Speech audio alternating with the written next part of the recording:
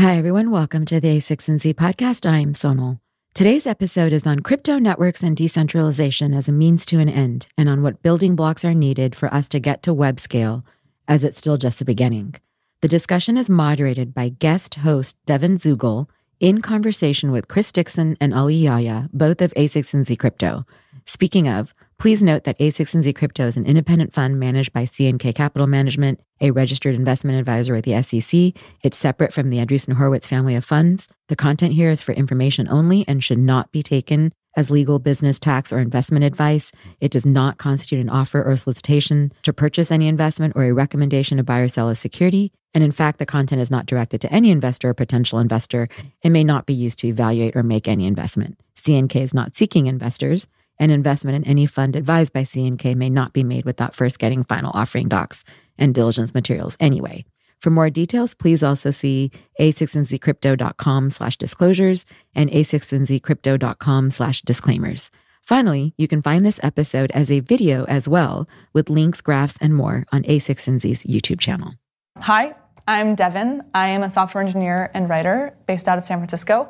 Today I'm talking to Chris and Ali from a16z Crypto about potential crypto business models and the building blocks that we need to put in place to take advantage of that full potential. So for starters, can you guys tell me a bit about why you're excited about crypto and where you see the potential is going? You know, the cryptocurrency kind of movement is a very interesting thing because it can be looked at through multiple lenses. So, for example, from one lens, it's a movement of software developers who are kind of analogous to the open source software movement that started 20 plus years ago. It's a movement of people that are kind of collaboratively creating communities and building projects together and building networks. You can look at it as a lot of the kind of press does from more of a financial aspect of the prices of Bitcoin and just sort of as a store of value and a new kind of alternative financial system. Being technology focused, we like to look at it. Or one way we like to look at it is as you can think of a crypto network like Ethereum or Bitcoin or one of the many other new innovative networks out there as a type of computer, really. And so whenever you have a new computer, if you kind of look at the history of computing, right, you had different kind of new computers introduced along the way. So you started off with mainframe computers back in the 40s and 50s. And then you had in the 60s, I guess, and then you had the PC really kind of start in the 70s and rise to prominence in the 80s. You obviously had the internet in the 90s. You had smartphones in the late 2000s. And each time you had a new computer, you had new kind of things capabilities. It unlocked new applications. So let's just take the smartphone as an example. That was the first time we had a computer where you would actually have it on your body with you all the time as you go around, right? It has a built-in high-quality camera. My iPhone does, or your Android phone does, right? It has GPS. It has all these other interesting things which you didn't have in computers before. And that then unlocked. If you think about some of the most popular applications on smartphones, it's for example, Uber and Lyft, right? Take advantage of the fact that you have the phone with you all the time and you have GPS and the driver has GPS, or Snapchat and Instagram take advantage of the camera that you always have with you and you can do interesting things with it, right? So you had a new kind of computer and it had new capabilities, and that unlocked new applications that kind of uniquely exploited those capabilities, right? So if you think of a blockchain computer like Ethereum as a new computer, through this lens, the way you think of it is, what are the new capabilities of this computer, right? And I think one of the things that kind of throws people off in this space when they think about it is they're used to thinking about new computers just as sort of being better in terms of performance and size and other things.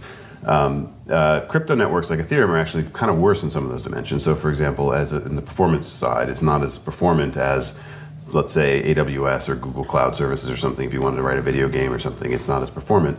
But it has had this other very, very powerful new property, which is around trust, right? And so the idea that through cryptographic and game theoretic mechanisms, a blockchain computer can provide, provable guarantees that, for example, if it says if you have a currency like Ethereum, and if that computer says that I by owning a private key own a piece of that currency, I can trust that is the case, right? And so I know, and so it allows you to do things like financial things. So if you think about the basics of any kind of financial operation, whether it be something simple like owning something, or having property rights, or owning a piece of currency, or owning a digital good, or something like this, it requires trust. It requires trust that you do indeed own it, right?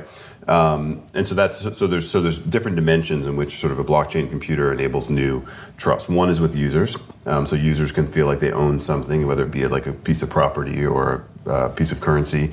It also creates new trust with developers. So software developers, when they're building on a network like Facebook or Twitter, there's a long history of a whole bunch of software developers who tried to do that. Zynga is a very prominent company that built games on top of Facebook. There were all these, Tweety and all these like kind of Twitter clients that built on top of Twitter. They had to trust the centralized organization, i.e. Facebook and Twitter. Those developers did. And what has happened with many of those large networks is that over time their business interests change. So Facebook's did, and Twitter's did, and that ended up having negative effects for those developers, right? Contrasted to the first era of the internet, when developers were building on an open network. If you think about the web standards of HTTP and email, SMTP, and all these other kind of open protocols that were kind of governed by decentralized protocols and nonprofits and things like this. Back then, developers could build on it and know they trusted it, right? And so blockchain computers reintroduced this idea that developers can build things and trust them, which, by the way, has kind of a cascading effect. It means not just the developer can trust them, but an entrepreneur can trust them who builds a company around the developer. The investor behind the developer can trust as well and know that if you invest in this thing, that you'll have sort of guaranteed kind of developer rights, right? It's the same reason if you look at economic studies, like one of the top predictors as to whether a country receives outside investment is whether they have strong property rights. And so a similar idea here, that if you have a network that has strong kind of rights for the users and developers, people are more likely to invest in it, and they're more likely to trust it and build on top of it, and the users are more likely to adopt it. And so I think what's very interesting now is we're 10 years into cryptocurrency in the sense of Bitcoin was the paper first came out in 2008, but really the design space really dramatically expanded, especially sort of the rise of Ethereum around 2015, and then since then, many more smart people entered the space and have been coming with all these creative ideas. And we're in this very interesting period now where people are saying, what can you do? You have this new kind of primitive, this concept of trust that you didn't have before with large-scale computer networks. And now that you have that, what are all the things you can create? And so, you can create, for example, a pretty new idea that just sort of happened last year was the idea of crypto collectibles, crypto goods. And this came out of Ethereum. It's called ERC 721. It's this sort of a new idea that someone came up with, which is you could have, instead of just having sort of digital currency, fungible goods, you could have non-fungible goods, and they can have graphics and all these other things. And you have things like crypto kitties, and we're at the very, very beginning of people sort of thinking about what you can do with this new concept. One of the most exciting features of this new building block is that collaboration with humanity tends to be bottlenecked on the requirements for trust. And so if you have a technological building block that reduces the activation energy for collaboration to happen, then that can open the space of possibilities dramatically. And I think that there are a number of different things that people tend to look for. There are three great facilitators of collaboration. And they all revolve around trust. One of them is the requirement of trust in mechanisms of enforcement, that there are guardrails around the collaboration that people believe will hold and will prevent certain bad outcomes from happening. Then there's also the existence of an incentive structure that enables the participants to believe that their counterparty or counterparties will not behave in a certain bad way because it's not in their interest to do so. And then there's also trust in social signals. If there is some mechanism of reputation that exists and is in place, then people are able to rely on those to feel good about the way that our collaboration is likely to go. And I think everything that Chris is talking about around trust, blockchain technology facilitates two of those very well so far. It provides a new mechanism of enforcement because now all you have to do is trust math. You trust the algorithms that support the blockchain to feel good about the kinds of interactions that will occur and the kinds of outcomes that will be possible. When you transact with someone on the blockchain, you don't have to rely on some third party to believe that the transaction is going to go the way that it was sort of constructed from the start. And it also helps with trusting incentive structures. You're able to build sophisticated incentive structures that are simply just code that give you confidence that participants in any one particular interaction will behave any one way. The one that is still missing is that of social signals. There's still no real good mechanism for reputation or for identity on the blockchain, and that's one of the things that many people are working on, and that's a building block that will be needed going forward. And we're still very much at the very beginning of this new technology. So even though it's been 10 years, it's still nascent in that. To add to that, one of the challenges in building, these systems on either blockchain systems or systems on top of blockchains, is all of these systems today have to assume that any participant in the network could be adversarial, meaning you don't know who that person is, so you just have to assume the worst, and therefore you have to build the trust through the kind of game theoretic mechanisms and the cryptographic mechanisms that the system as a whole has these emergent trust properties, even though individual actors could be bad. If one were to have a better kind of system of reputation or identity, you could relax that constraint, know that participants have some history, you're playing kind of an iterative game, and it would enrich, I think it would widen the design space of possible applications you could build. What would these identity or reputation systems look like? Well, I think one of the hardest problems in the space is mapping cleanly one public key or address on the blockchain to an actual human being. So this is known as the Sybil problem, the problem that any one participant can create multiple addresses for themselves and pretend to be many different people.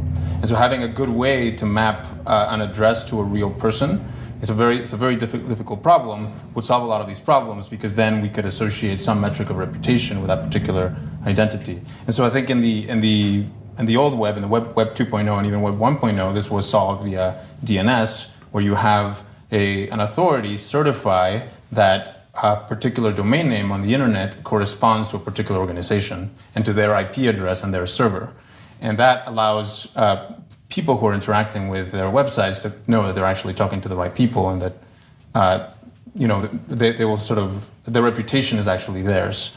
And so some equivalent in this new crypto world is necessary. And you can imagine many different solutions. You can imagine people trying to build something like the certificate authority model for crypto, where you have some authority that vouches for the mapping between a public key or an address and an actual human being.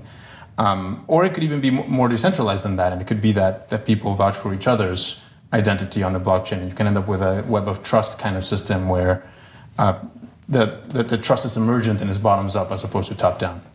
That's really interesting, and something that's newly possible with blockchains. What are other ways that blockchains enable identity to be sort of treated in different ways from Web 1 and 2.0?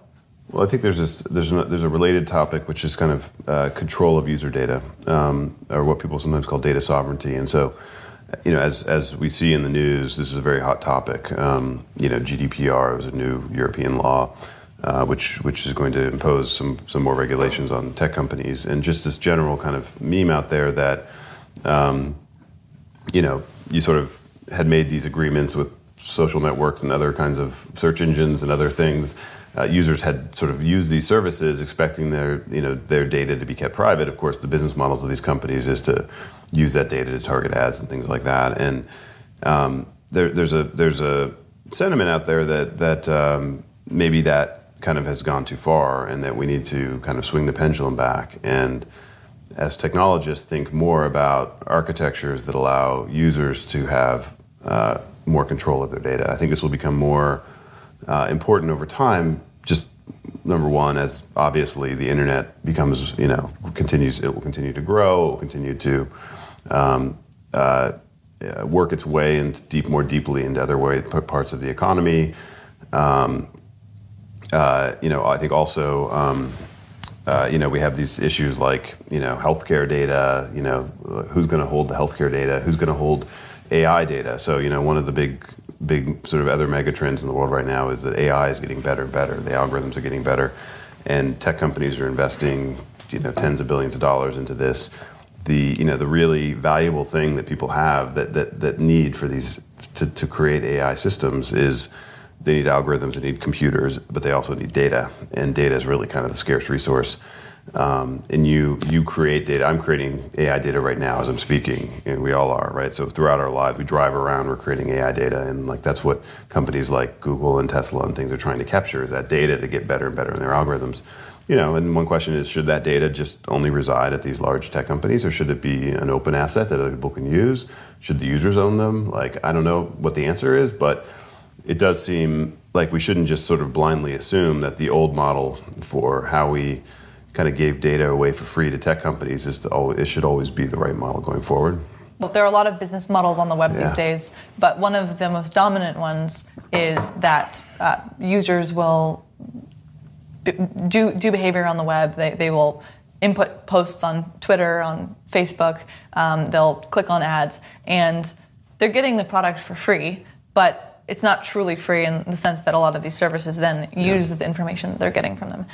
What are some new business models that crypto now makes possible? Yeah, I mean, that's a great question. I think one of the most interesting ones is sort of the quote business model of, let's say, Ethereum or Bitcoin. And it's a brand new model, and let me explain it. So the model of, let's just take Ethereum, is they have a certain amount of ether, which is the kind of native currency to the network. And the way it works is sort of the company, it's really a foundation, nonprofit foundation, the developers behind it have a certain amount of ether which they use to fund the operations of the company, right? So let's just say, like, the rule of thumb is 10 to 20% of the currency is kind of held back for funding the operations of the company, and it's kind of the business model of the company, right? And the idea is, if they go out and build a great network and it becomes really popular and successful, demand for that currency will go up. The value of their holdings will go up, and that's their quote business model. What's so nice about that model is it also lets the users participate in the upside of the network, right? So I was an early user of Twitter, I don't know, whatever, more than 10 years ago. What if all of the early users who kind of helped galvanize the early network before it really had crossed over and gotten kind of major mainstream network effects, what if those users could have participated in the upside of that network, right? What if the developers who were building stuff on the side of it could have also participated, and they could have held tokens as well. It would have been a great thing because everyone would have been aligned. Twitter itself, let's say, had it had this model, they would just want to see the network get used. They wouldn't need to say, hey, I need to take away. If Tweety is getting more users and that makes the demand for my token go up, that's great, right? I don't need to. Why would I cut them off? It's the opposite. I want to help them, right? The users would say, hey, I want to go tell my friend about this thing. I want to get them on there because I own part of it, and I want my friend to own part of it, and we can all kind of rise together, right? And so it's a really just sort of elegant and kind of beautiful business model where it aligns all of the participants of the network, whether they be the core development team, the users of the network, the developers, other kinds of parties. So it's really, I think it's one of the great business model innovations of the last few decades. And I believe, having worked on the internet for almost 20 years now, to me it's finally the native business model of the internet. I think up until now we've been grafting really what are just you think about the ad model, it's it's an old model. It's billboards and TV ads, and they're intrusive, and there's a whole bunch of issues with them, and most people don't really like advertising. But that's what we knew, and that's what we sort of took. And so in the early, I think when you look back on the multi-hundred-year history of the internet, at first it's just sort of whenever you have a new media, you tend to sort of impose older ideas onto it. And if you go back and watch the first movies that were made, they were like plays, and they filmed them, and they didn't understand that you could do it's a whole new grammar and a whole new kind of thing. And so I think I think we're kind of still pretty early in the development of the internet. And we've now discovered this great business model, which I think will be the dominant business model of the internet and is the true kind of native business model of networks. And then the corollary is that crypto tokens, coins, assets are the native kind of asset of the internet. And as more and more networks are built and grow and become more important in our lives, those assets will become more important and more valuable. The Twitter example is fascinating to me because, like you were describing before, Twitter currently has to monetize directly through the platform. Yeah. They have to put ads on there somehow. Yeah. They have to have promoted tweets. And for them, having these third-party apps that maybe nicer clients that do different things for users that they want, it's just something that they have to maintain. And like, sure, it does like on net increase the value of the network, which eventually comes back to them. But mostly it's an externality. Yep. If it were a crypto network, they'd be able to capture it. That's right, and they would all be aligned, and they'd all be helping each other, and it's just a really beautiful thing. I think one thing people underestimate, if you've been in the tech business, you've seen this, but I like to say the most vicious battles in tech are not between what economists call substitutes, they're between complements. And so what I mean by that, so a substitute is, you're at a picnic and you can have either a hot dog or a hamburger, right? A complement is when you have a hot dog, you also want a hot dog bun. It's a thing that goes along with it, right? In technology, you have, the equivalent of the hot dog and hot dog bun is Windows and, Quicken or something back in the old days. And like in the modern world, it would be Twitter and TweetDeck or something, right? Those are complements. They each make each other better, right? But if you actually look at the history of technology, the really vicious battles are between complements, not between, substitutes have battles too, but really it's the complements. And because what happens is there's this kind of natural S-curve development of platforms and networks. And so I'm including, by the way, operating systems. I think of as, they're kind of forms of networks. They're platforms of developer networks. So Windows, iOS, Android, Twitter, Facebook. I think Google Search in a lot of ways can be seen as a platform because you build websites that get shown in the search results. If you look at the history of it, like Yelp is up, going and testifying in front of Congress, talking about how unfair it is that Google is listing their own restaurants ahead of Yelp, right? They're not go up in front of Congress complaining about the substitute, whatever, the competitor to Yelp, right? They're famous, there are books written about all the stuff that Microsoft did and huge antitrust case and everything else around all the things they did to fight with their complements, right? The Facebook Zyngas in the tech world's famous, and the Twitter and its ecosystem is a famous battle. And so we spend so much, it's really kind of a shame, I feel like, someone who works in the industry, of like how much time and energy and money and just suffering is around like intra-network fighting, right? And that has to do with the fact that we have this, I feel like we've had this kind of like distorted business model all along, which is like you've got to like control everything and own everything, and it's kind of this like hoarding kind of mentality because it's forced on. I'm not criticizing these companies necessarily. It's just the way the logic of the business model and the way the capital markets work and all these other kind of forces that kind of force people to do that. But now we have a better way. Like now we have a way where these people can be aligned, and there will still be competition, but it'll be competition between networks and much more like substitutes. And like competition is a part of any kind of market system. You want it, but you want it to be healthy, right? You want it to be like for the right reasons. You want people to be competing by creating better products and more useful things, and like as opposed to leveraging my existing incumbency to hurt the user experience to get more profits, right? So I think there will still be competition. I'm not sort of being naive about that, but I think it could lead to sort of more healthy competition and more intra-network kind of harmony. Incentive structures end up defining almost everything at the end of the day. That's what Charlie Munger famously said: "Show me the incentives, and I'll show you the outcome." And crypto, I think, has created a whole new set of incentives. It's turned things like the Twitter situation from a one-off prisoner's dilemma into an iterated game. Yep. What are some other places where you guys see this dynamic playing out right now or on the horizon? Well, to some extent, I think that the technology enables broad experimentation with different incentive structures simply because it's now software. So you can now use code to express all sorts of different kinds of incentive structures that participants can engage with. And whilst Ethereum is one manifestation of this, I think there are like a very large number of different experiments that are currently being run. Yeah, as Ali was saying, one of the amazing things I think about software is that I think it's software is sort of misunderstood sometimes to be sort of a field of engineering that's sort of a relatively constrained set of decisions you can make, when in fact, I mean, as we know from like mathematics and philosophy and things, that if something can be expressed in logical form, it can be expressed in a Turing-complete programming language. And so I think people really underestimate kind of, the breadth of the possibilities of what you can build in software.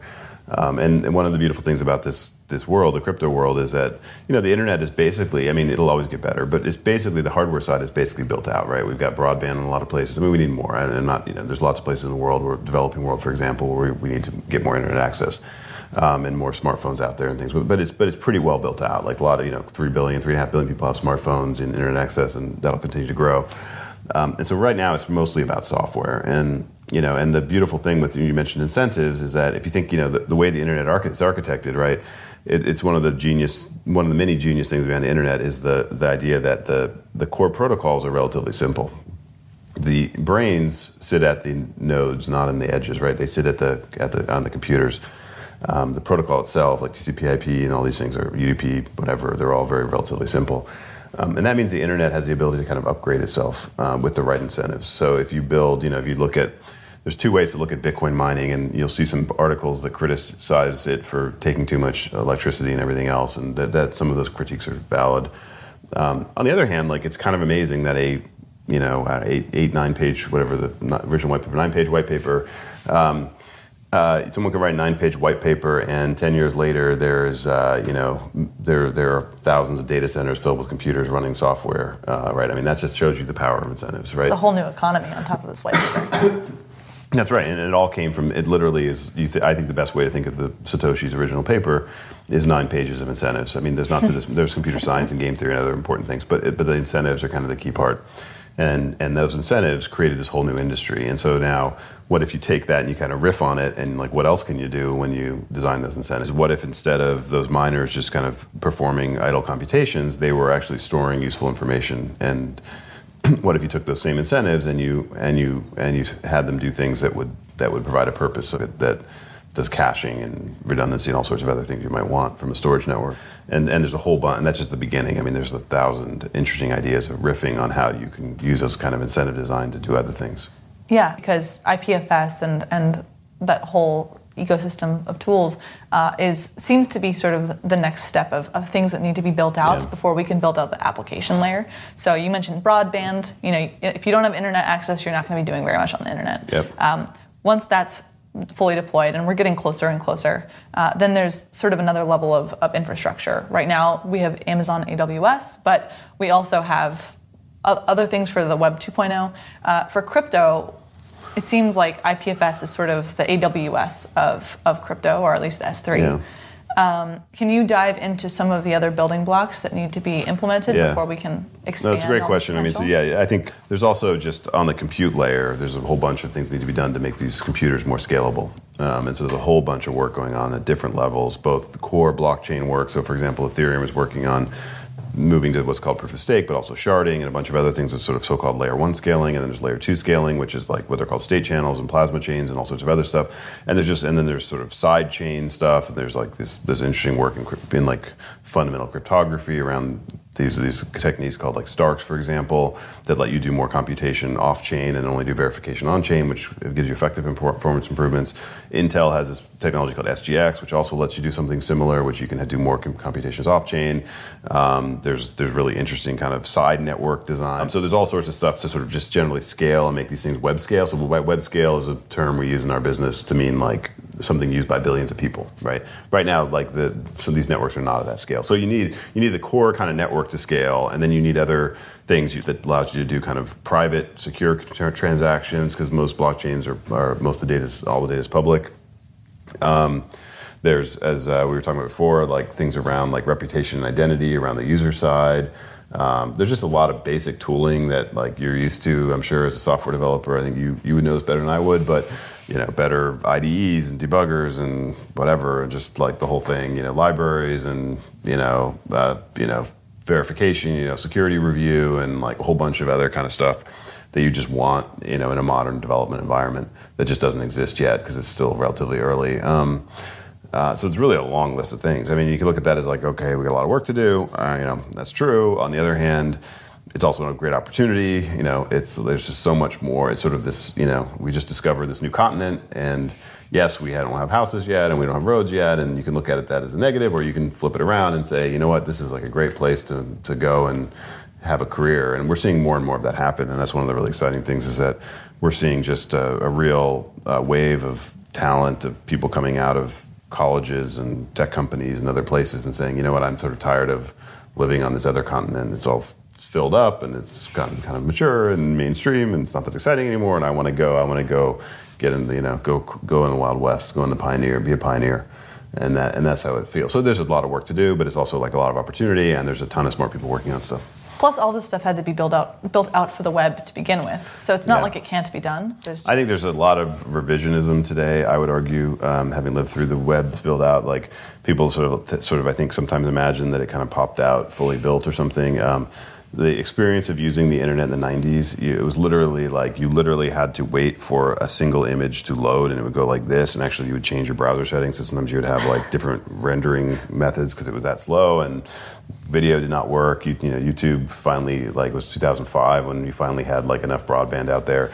The websites, it's always funny to look at those 90s websites things. They had the animated GIFs and like all the other ridiculous stuff, and they didn't have like responsive design, and you had to reload the page. It was just like a fun thing to do for people that think the web came out fully built, is to go watch movies from the 90s.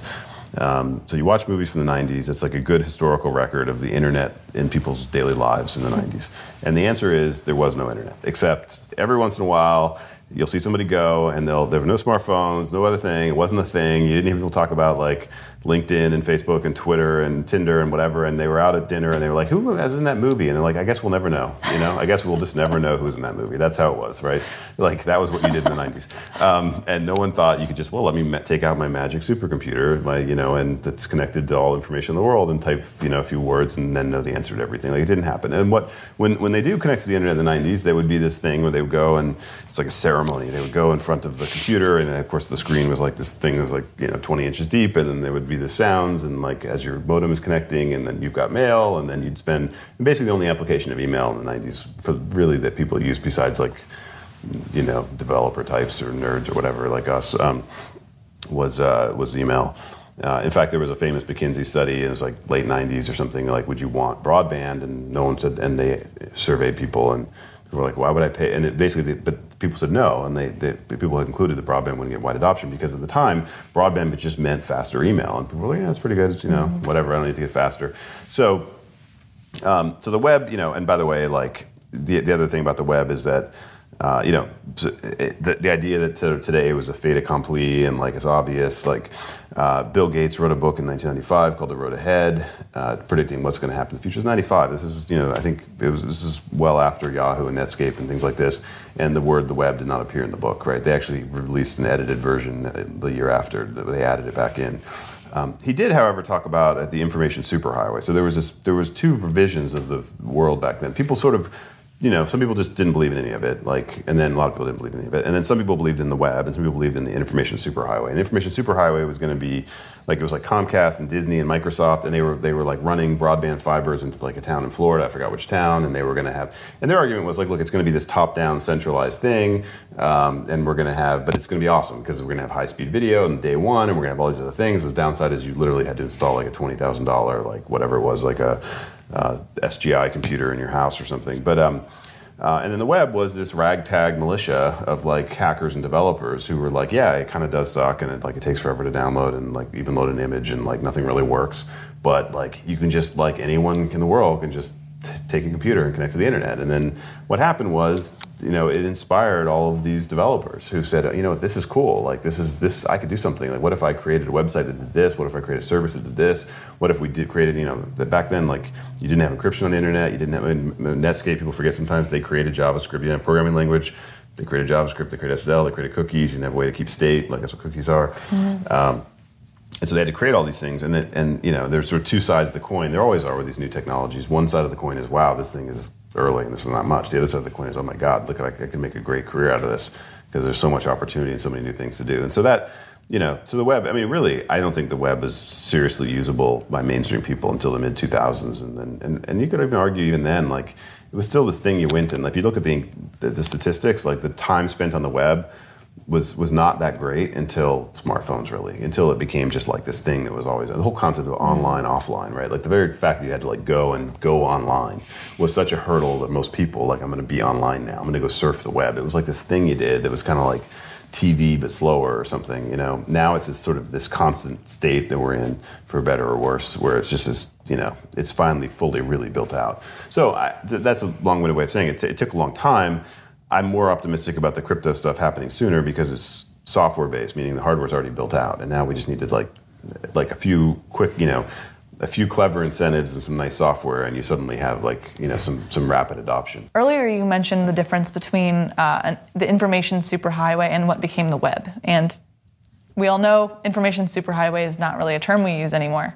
Can you dive a little bit into the difference between the growth curves for both of those things?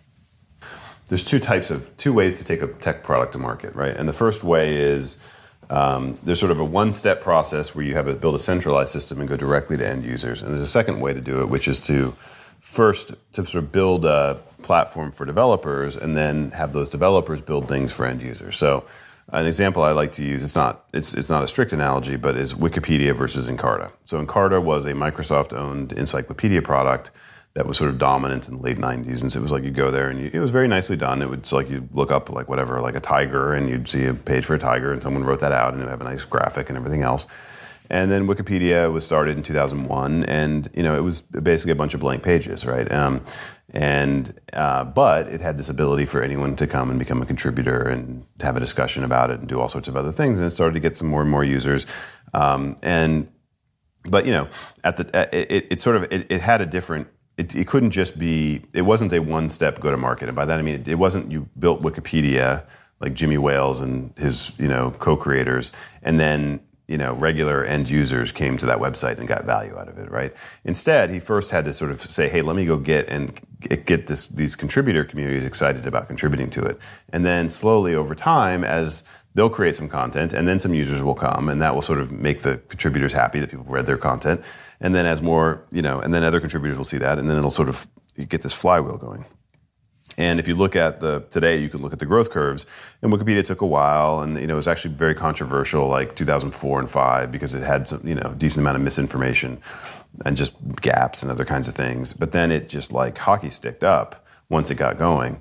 There was a famous Nature article in 2007 that studied its accuracy against like Britannica and Encarta and things, and said it was actually as accurate. So that's kind of when it hit that point. It was getting banned on campuses and things. It was very controversial. Today it's kind of funny to realize that because it's so obviously the gold standard for a lot of this information. So and then it just sort of hockey sticked up. And meanwhile, Encarta started off in a better position because on day one they could have a really nice page for a whole bunch of content. But over time, they just couldn't scale in the same way. And they shut down. I think it was 2009, Microsoft shut it down finally because it was just getting crushed, right? And so I would use that as an analogy where, Encarta is the equivalent of kind of a centralized system. So like the information superhighway was an attempt to do a centralized version where you would literally have a company or a set of companies go and lay all these cables and build all these services and build content and do the whole thing end to end. And the advantage is on day one, it would be really nice, just like Encarta was.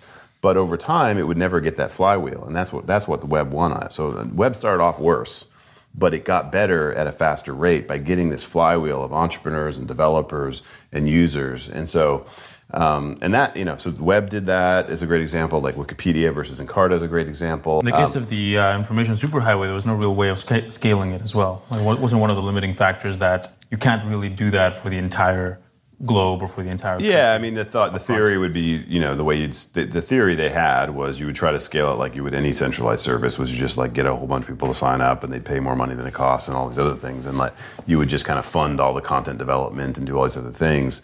But they had that theory, but the practice, we know how that history ended.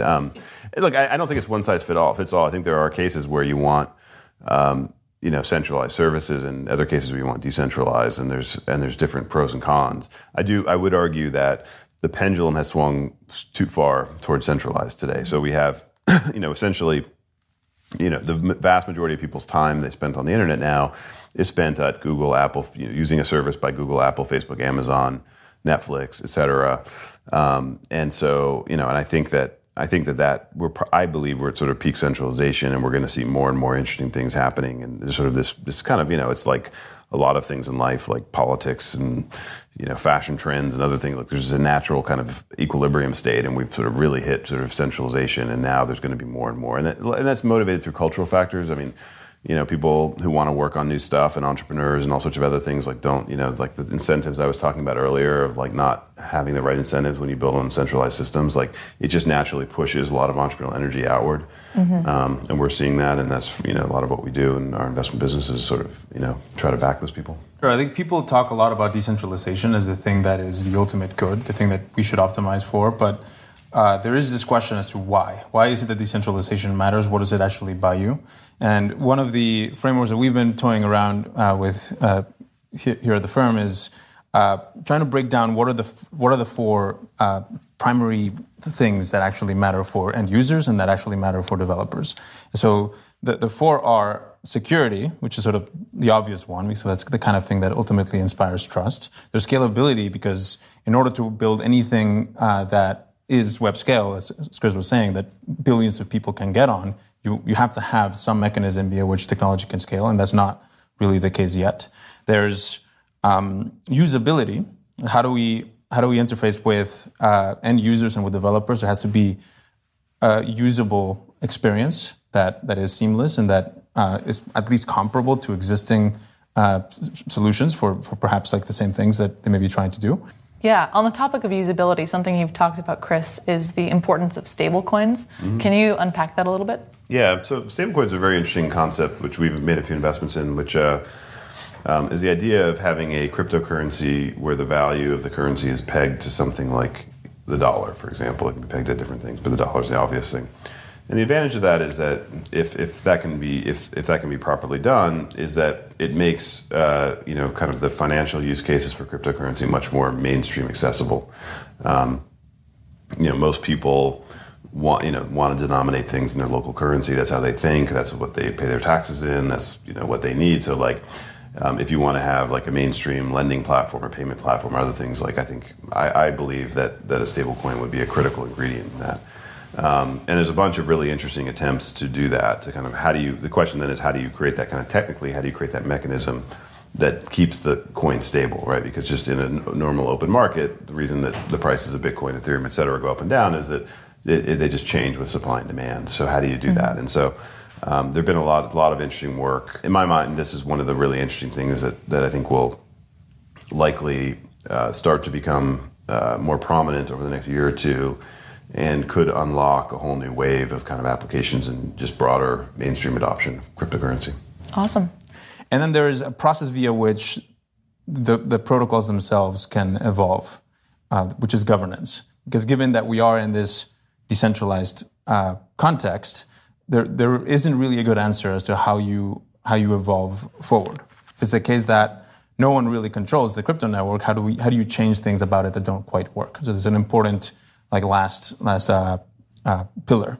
And so for the four of them, we talked a lot. Chris alluded to many different building blocks that are contained within each. For example, in the case of scalability, there are solutions like sharding and like Plasma on the Ethereum blockchain. There's this Intel SGX. There's Starks. So we covered a lot of those. In the case of security, one thing that's interesting to note is that there are various different threat models. And different applications require different levels of security.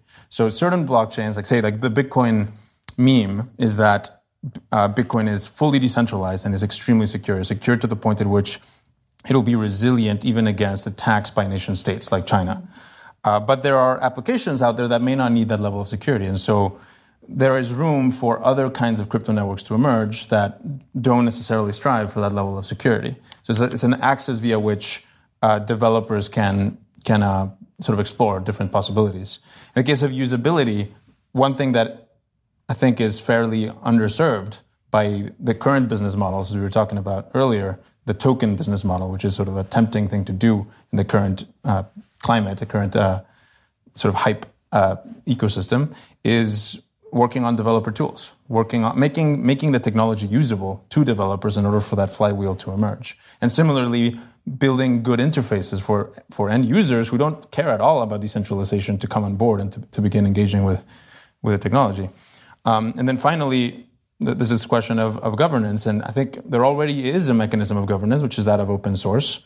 And people organize themselves in a normal sort of human way. They decide which projects to work on. They decide whether or not they should continue to work on those projects or fork them. So basically the act of taking the code and creating a new instance of it and going on your separate way. But there are also ideas as to how you can streamline that process. How do you make it so that humans or a small group of people don't have outsized control over the evolution of the network? And so one idea is you can also build a protocol for the evolution of the protocol itself.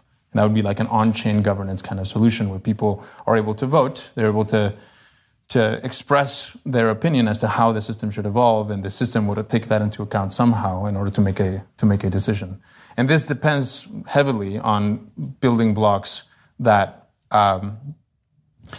I think, as we were talking about earlier, identity and reputation are a very important building block that helps make the games that people play with one another iterated, as opposed to one-off Prisoner's Dilemma style games. So that's maybe a broad outline of a framework via which we can think of the many different building blocks that are needed.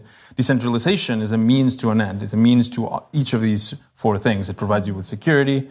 If done correctly, it can provide you with scalability of the underlying world computer, and it can help. Usability and governance are things that we have to build despite decentralization. Like decentralization makes it hard to build those things, but those are absolutely necessary for any of this to work. Well, thanks, guys. I think we'll wrap up here. Thanks for taking the time. All right, thank you. Thank you.